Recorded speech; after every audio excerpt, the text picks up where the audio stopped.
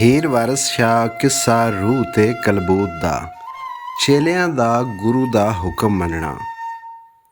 ਹੀਰ ਵਾਰਿਸ ਸ਼ਾਹ ਦੇ ਇਸ ਹਿੱਸੇ ਦੀ ਥੋੜੀ ਜਿਹੀ ਵਜ਼ਾਹਤ ਜ਼ਰੂਰੀ ਹੈ। ਇਸ ਅਜ਼ੀਮ ਕਿੱਸੇ ਵਿੱਚ ਬਾਜ਼ ਲੋਕਾਂ ਦਾ ਖਿਆਲ ਹੈ ਕਿ ਇਨਸਾਨ ਦੀਆਂ ਦੋ ਮੁਖਤਲਿਫ ਜ਼ਿੰਦਗੀਆਂ ਦਾ ਇਹਾਤਾ ਕੀਤਾ ਗਿਆ ਹੈ।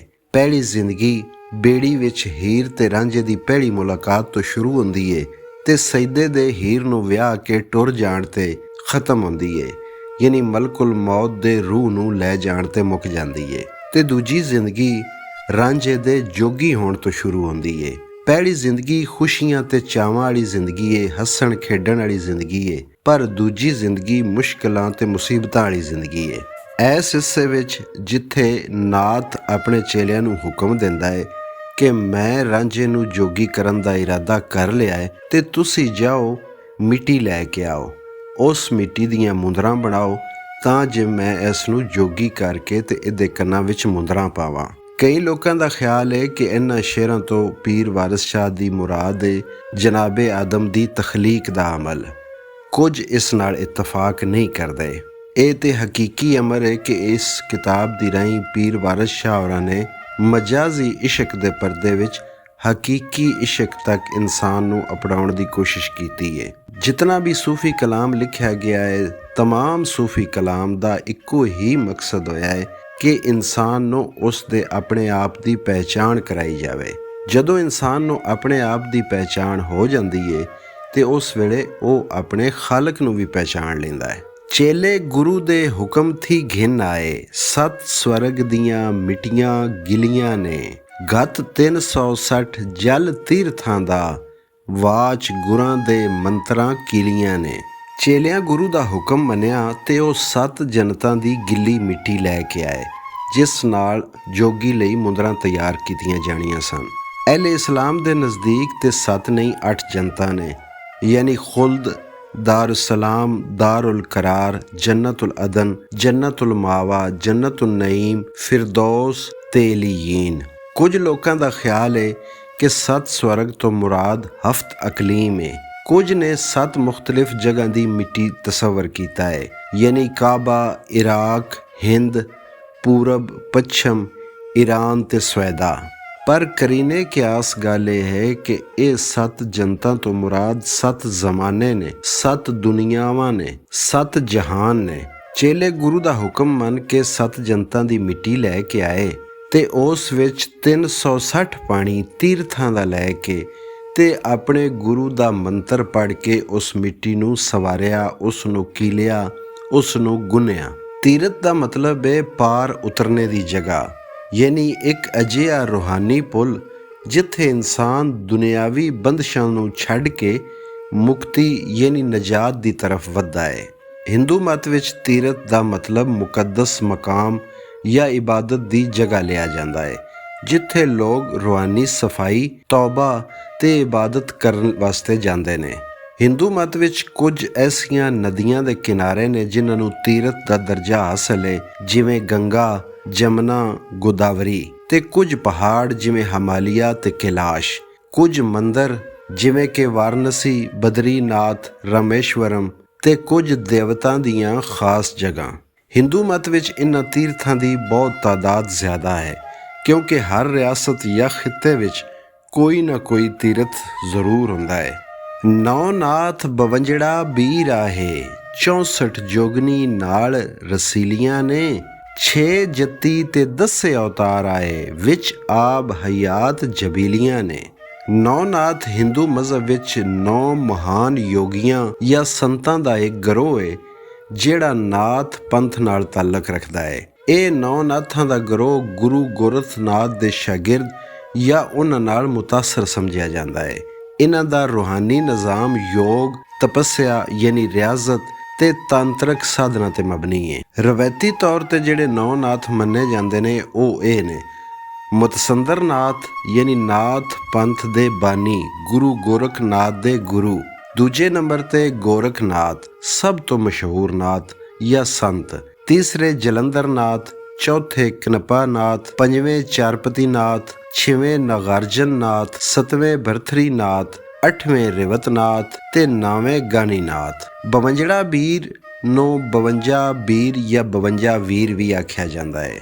ਦਰਅਸਲ ਇਹ 52 ਸੂਰਮਾ ਜਾਂ ਜੰਗਜੂ ਸ਼ਖਸੀਅਤ ਹੁੰਦੇ ਨੇ ਜਿਨ੍ਹਾਂ ਨੂੰ ਬਹਾਦਰੀ, ਵਫਾਦਾਰੀ ਤੇ ਕੁਰਬਾਨੀ ਦੀ ਅਲਾਮਤ ਮੰਨਿਆ ਜਾਂਦਾ ਹੈ ਤੇ ਹਿੰਦੂ ਰਵਾਇਤ ਵਿੱਚ ਇਹਨਾਂ 52 ਵੀਰਾਂ ਨੂੰ ਦੇਵੀ ਜਾਂ ਦੇਵਤਾਵਾਂ ਦਾ ਮੁਹਾਫਿਜ਼ ਜਾਂ ਜੰਗਜੂ ਸਮਝਿਆ ਜਾਂਦਾ ਹੈ। 64 ਜੋਗਨੀ ਹਿੰਦੂ ਧਰਮ ਵਿੱਚ ਤੰਤਰਕ ਰਵਾਇਤਾਂ ਵਿੱਚ ਇੱਕ ਖਾਸ ਰੂਹਾਨੀ ਜਾਂ ਦੇਵੀ ਤਸੱਵਰ ਹੈ। ਇਹ 64 ਸ਼ਕਤੀ ਦੇਵੀਆਂ ਦਾ ਇੱਕ ਗਰੋਹ ਹੈ ਜਿਨ੍ਹਾਂ ਨੂੰ ਜ਼ਬਰਦਸਤ ਰੂਹਾਨੀ ਤਾਕਤ, ਯੋਗ, ਤੰਤਰ ਤੇ ਇਸਤਰੀ ਸ਼ਕਤੀ ਯਾਨੀ ਔਰਤ ਦੀ ਰੂਹਾਨੀ ਤਵਾਨਾਈ ਦੀ ਅਲਾਮਤ ਸਮਝਿਆ ਜਾਂਦਾ ਹੈ। ਜੋਗਣੀ ਲਫ਼ਜ਼ ਯੋਗਨੀ ਚੋਂ ਨਿਕਲਿਆ ਹੈ। ਯੋਗ ਨਾਲ ਜੁੜੀ ਹੋਈ ਇਸਤਰੀ ਦੇਵੀ ਨੂੰ ਜੋਗਣੀ ਆਖਦੇ ਨੇ। ਇਹ ਦੇਵੀਆਂ ਸ਼ਕਤੀ ਪੰਥ ਦੀਆਂ ਪੈਰੋਕਾਰ ਨੇ। ਇਹਨਾਂ ਦਾ ਤਾਲਕ ਸ਼ਕਤੀ ਦੇਵੀ ਪਾਰਵਤੀ ਦੇ ਮੁਖਤਲਿਫ ਰੂਪਾਂ ਨਾਲ ਹੁੰਦਾ ਹੈ। ਇਹ ਸਾਰੀਆਂ ਦੁਰਗਾ ਜਾਂ ਕਾਲਿਕਾ ਦੇ ਮੁਖਤਲਿਫ ਰੂਪਾਂ ਨਾਲ ਤਸੱਵਰ ਕੀਤੀਆਂ ਜਾਂਦੀਆਂ ਨੇ। ਹਰ ਜੋਗਣੀ ਦਾ ਇੱਕ ਮਖਸੂਸ ਰੂਪ, ਹਥਿਆਰ, ਸਵਾਰੀ ਤੇ ਅਲਾਮਤੀ ਤਾਕਤ ਹੁੰਦੀ ਹੈ। 6 ਜਤੀ ਜਤੀ ਤੋਂ ਮੁਰਾਦ ਹਿੰਦੂ ਮਤ ਵਿੱਚ ਰਸਤਾ ਜਾਂ ਮਜ਼ਹਬੀ ਫਲਸਫਾ ਵੀ ਲਿਆ ਜਾਂਦਾ ਹੈ। ਹਿੰਦੂ ਮਜ਼ਹਬ ਵਿੱਚ 6 ਅਹਿਮ ਦਰਸ਼ਨ ਜਾਂ ਨਜ਼ਰੀਏ ਹੁੰਦੇ ਨੇ। ਪਹਿਲਾ ਨਿਆਏ, ਮੰਤਕ ਤੇ ਮਬਨੀ। ਦੂਜਾ ਵਿਸ਼ੇਸ਼ਕ, ਮਾਦੇ ਤੇ ਹਕੀਕਤ ਦੀ ਤਹਿਕੀਕ। ਤੀਸਰਾ ਸੰਖਿਆ, ਦੋਹਰੀ ਹਕੀਕਤ, ਪ੍ਰਕਿਰਤੀ ਤੇ ਪੁਰਸ਼। ਚੌਥਾ ਯੋਗ, ਜਿਸਮ ਤੇ ਦਿਮਾਗ ਦੀ ਯਕਸੂਈ ਦੇ ਜ਼ਰੀਏ ਮੁਕਤੀ ਯਾਨੀ ਨਜਾਤ ਹਾਸਲ ਕਰਨਾ। ਪੰਜਵਾਂ ਮੀਮਾਂਸਾ, ਵੈਦਾਂ ਦੀਆਂ ਰਸਮਾਂ ਦੀ ਤਸ਼ਰੀਹ। ਤੇ 6ਵਾਂ ਵਿਦਾਂਤ, ਆਤਮ, ਬ੍ਰਾਹਮਣ ਤੇ ਨਜਾਤ ਦਾ ਫਲਸਫਾ। ਸੂਫੀ ਜਾਂ ਸੰਤ ਰਵਾਇਤਾਂ ਵਿੱਚ 6 ਜਤੀ, 6 ਸੰਤ ਜਾਂ ਫਕੀਰਾਨਾ ਰਸਤੇ ਨੇ। ਕੁਝ ਲੋਕ ਰਵਾਇਤਾਂ ਜਾਂ ਨਾਥ ਪੰਥ ਵਿੱਚ 6 ਜਤੀ ਮਖਸੂਸ ਸਾਧੂ ਜਾਂ ਸੰਤਾਂ ਦੇ ਗਰੋਹ ਦੀ ਤਰਫ ਇਸ਼ਾਰਾ ਹੈ, ਜਿਵੇਂ ਕਿ ਨਾਥ, ਦਾਸ, ਬਾਉਲ, ਸਾਧੂ, ਸੰਨਿਆਸੀ ਤੇ ਉਦਾਸੀ। ਨਾਥ ਪੰਥ ਦੀਆਂ ਰਵਾਇਤਾਂ ਵਿੱਚ 6 ਜਤੀ ਇਹ ਵੀ ਹੋ ਸਕਦੇ ਨੇ। ਸਾਧਕ ਜਤੀ ਜਿਹੜੇ ਰੂਹਾਨੀ ਰਸਤੇ ਉੱਤੇ ਮਿਹਨਤ ਤੇ ਰਿਆਜ਼ਤ ਨਾਲ ਅੱਗੇ ਵਧਦੇ ਨੇ। ਵਿਰਕਤ ਜਤੀ ਜਿਹੜੇ ਦੁਨੀਆ ਤੋਂ ਮੁਕੰਮਲ ਵਿਰਗ ਯਾਨੀ ਤਰਕੇ ਤਾਲਕ ਰੱਖਦੇ ਨੇ। ਅਵਿਦਤ ਜਤੀ ਜਿਹੜੇ ਆਪਣੀ ਜ਼ਾਤ ਤੋਂ ਅਗਾਹ ਹੋ ਚੁੱਕੇ ਨੇ ਤੇ ਦੁਨਿਆਵੀ ਤੇ ਰੂਹਾਨੀ ਦੋਵੇਂ ਤਰ੍ਹਾਂ ਆਜ਼ਾਦ ਨੇ।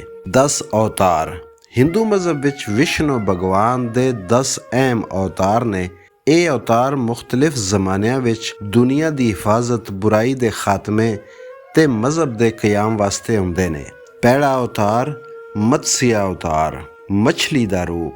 ਇਸ ਬਾਰੇ ਮਸ਼ਹੂਰ ਹੈ ਕਿ ਵਿਸ਼ਨੂੰ ਨੇ ਮਛਲੀ ਦਾ ਰੂਪ ਧਾਰ ਕੇ ਦੁਨੀਆ ਨੂੰ ਇੱਕ ਬਹੁਤ ਵੱਡੇ ਸੈਲਾਬ ਤੋਂ ਬਚਾਇਆ। ਕੁਰਮ ਅਵਤਾਰ, ਕਛੂਏ ਦਾ ਰੂਪ। ਇਸ ਅਵਤਾਰ ਦੇ ਮੁਤਾਬਕ ਇਹ ਹੈ ਕਿ ਭਗਵਾਨ ਵਿਸ਼ਨੂੰ ਦੇ ਇਸ ਅਵਤਾਰ ਨੇ ਕਛੂਏ ਦਾ ਰੂਪ ਧਾਰ ਕੇ ਸਮੁੰਦਰ ਦੀ ਤਹਿ ਵਿੱਚ ਪਹਾੜਾਂ ਨੂੰ ਸਹਾਰਾ ਦਿੱਤਾ। ਵਰਾਹਾ ਅਵਤਾਰ ਯਾਨੀ ਸੂਅਰ ਦਾ ਰੂਪ। ਇਸ ਅਵਤਾਰ ਨੇ ਜ਼ਮੀਨ ਨੂੰ ਇੱਕ ਰਾਖਸ਼ ਤੋਂ ਬਚਾਇਆ। ਨਰਸਿਮ ਅਵਤਾਰ ਯਾਨੀ ਅੱਧਾ ਸ਼ੇਰ ਤੇ ਅੱਧਾ ਇਨਸਾਨ। ਇਹ ਅਵਤਾਰ ਦੁਨੀਆ ਨੂੰ ਹਰ ਮੁਸੀਬਤ ਤੋਂ ਬਚਾਉਣ ਵਾਸਤੇ ਆਇਆ। ਵਾਮਨ ਅਵਤਾਰ, ਬੋਨੇ ਬ੍ਰਾਹਮਣ ਦਾ ਰੂਪ। ਇਸ ਅਵਤਾਰ ਨੇ ਰਾਜਾ ਬਾਲੀ ਕੋਲੋਂ 3 ਕਦਮਾਂ ਵਿੱਚ ਪੂਰੀ ਜ਼ਮੀਨ ਵਾਪਸ ਲਈ। ਪਰਸ਼ੁਰਾਮ, ਕੁਲਹਾੜੀ ਵਾਲਾ ਬ੍ਰਾਹਮਣ। ਇਸ ਅਵਤਾਰ ਨੇ ਦੁਨੀਆ ਉੱਤੇ ਬੁਰੇ ਰਾਜਿਆਂ ਦਾ ਖਾਤਮਾ ਕੀਤਾ। ਰਾਮ ਯਾਨੀ ਰਾਮਾਇਣ ਦੇ ਹੀਰੋ, ਇਹਨਾਂ ਨੇ ਰਾਵਣ ਨੂੰ ਮਾਰਿਆ। ਕ੍ਰਿਸ਼ਨ ਨੇ ਮਹਾਭਾਰਤ ਵਿੱਚ ਅਹਿਮ ਕਿਰਦਾਰ ਅਦਾ ਕੀਤਾ, ਗੀਤਾ ਦਾ ਉਪਦੇਸ਼ ਦਿੱਤਾ।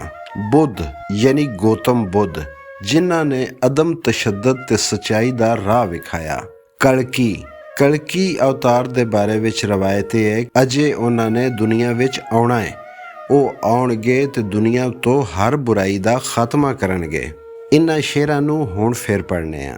ਚੇਲੇ ਗੁਰੂ ਦੇ ਹੁਕਮ ਥੀ ਘਿਨ ਆਏ, 7 ਸਵਰਗ ਦੀਆਂ ਮਿੱਟੀਆਂ ਗਿਲੀਆਂ ਨੇ, ਗਤ 360 ਜਲ ਤੀਰਥਾਂ ਦਾ, ਵਾਚ ਗੁਰਾਂ ਦੇ ਮੰਤਰਾਂ ਕੀਲੀਆਂ ਨੇ। 9 ਨਾਥ 52 ਬੀਰ ਆਏ, 64 ਜੋਗਣੀ ਨਾਲ ਰਸੀਲੀਆਂ ਨੇ। 6 ਜਤੀ ਤੇ 10 ਅਵਤਾਰ ਆਏ, ਵਿੱਚ ਆਬ ਹਯਾਤ ਜਬੀਲੀਆਂ ਨੇ। ਇੱਕ ਦੂਜੇ ਦੇ ਨਾਲ ਨਾ ਗੱਲ ਕਰਦਾ, ਬਾਤਾਂ ਫੋਲੀਆਂ ਸਭ ਸੁਹੇਲੀਆਂ ਨੇ।